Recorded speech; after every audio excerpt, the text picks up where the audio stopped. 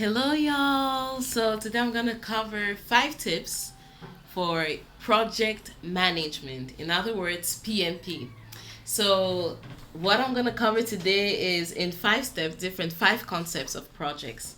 So, you have what is actually a project, right? Why should you learn about project management? The concept of planned versus actual, and anticipating risks and managing change, and finally, some of the skills you need to manage projects correctly. So, soft skills, technical skills, and knowing your business environment. So, project management is a huge topic, but this is kind of like the Bible of project management. 49 processes on 10 knowledge areas on the whole life cycle of projects. But that's not what I'm going to cover today because this takes entire classes, months, sometimes 1 month, sometimes months to cover. What I'm going to cover today are some essential concepts or maybe tips to understand projects. So the first one is understanding what is a project actually. What is a project? I've realized that many people actually don't understand the meaning of a project. They think a project is a business, or they might think a project is an operation, whereas a project has this particularity. It has a beginning and it has an end, so it's time bound. It has unique results, so at the end there must be a product or service or a certain result you need, and it has a life cycle from initiating to planning to executing and monitoring and control while you're executing to closing. So and it's different to business as usual. So that means what? Facebook is a business, but a project Facebook may have is to launch is Facebook money. Or let's say Google is a business, but Google may have the project of launching Google Maps in Cameroon, for example. Just an example. Another example in the nonprofit world, Hofna is a non-for-profit organization, and it functions throughout the year, but they have particular projects like creative theaters, creative arts to help gender-based women fight against gender-based violence. That is a project. So projects have a time bound. They're time bound, and they have specific result, and they have a life cycle. And then the second thing is, why should you learn project management? Why? Why?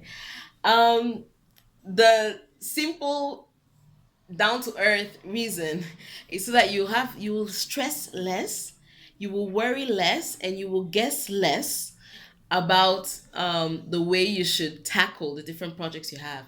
And I mean, every business and most NGOs and most governments, they are run by projects. So it's important that the people who lead projects are equipped to carry the project from start to finish and to do it on time, on budget, and within the scope. So for me, the way I usually explain project management is like what? It's like most other fields, like you'll see it in doctors, in the health sector, engineers, maybe even graphic designers. They have a certain protocol, right, of what they should do when you see this case in front of you, a patient who has this symptom and that and this. This is a protocol you have to use. First test this, then try this, then do this. So they have a set guidelines and methodology to what they do in their field.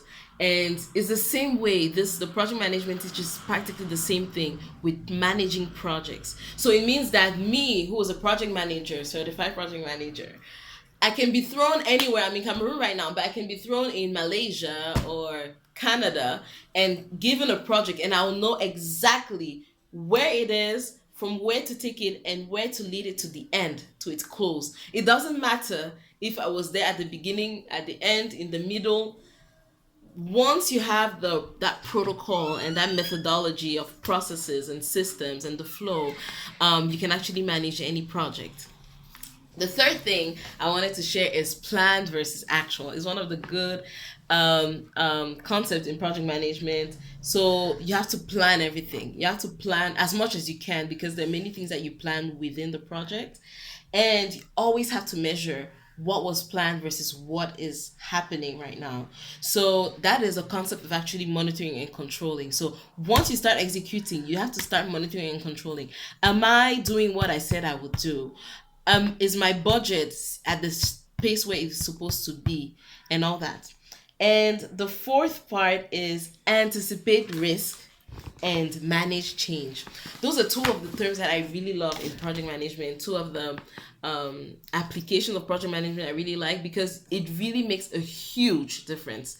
I know sometimes with projects, some people are, they are so optimistic and positive, which is good, that they don't want to see the risks that can be there. So it's important to identify, to be sober, and to know exactly where are your blind spots. If this happens, then what will I do? If then analysis. If this happened, what will I do? How will we respond to this risk? What will be the triggers of the risk? How would I know that this risk is coming up? And then change. Project management has to do a lot with change management. Once you understand how to manage change, then you have understood a huge part of project management. So it means that when a change occurs, and it usually occurs, because no matter how much you plan, there will be changes. There will be unthought about circumstances. Now, what you do with the change is what determines your way forward. How is change impacting on the quality of the project, on the cost, on the time, on the scope? You have to analyze that change analysis, and you have to see, who do you have to inform about the change? Who do you need to consult? Whose approval do you need in order to move forward? So that's anticipating risk and managing change. And the last point are the different skills that the PMP, the PMI institution recommend, and which is true. In order to manage project, you need the soft skills. How will you manage your stakeholders? How do you handle them? How do you engage them? How do you engage your team? Resource management. How do you develop your team? Train them, boost them. What's the theory of motivation? What theory are you using? How do you communicate throughout the project? They say the project manager, 80% of his work is communication of his or her work, of course. Gender equality there, is communication. Then the technical skills, you need the technical skills. How do you forecast your budget? How do you plan on, anticipate the risk? How do you perform a qualitative or quantitative risk analysis? So you need some of these technical skills, of course.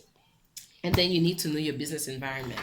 I can't do a project even within Cameroon, in Yaoundé, like I would do it in Douala. There are changes, there are always nuances, there are always different things to take into consideration. So you have to know your business environment, the environmental factors, the cultural factors, political factors, and other factors.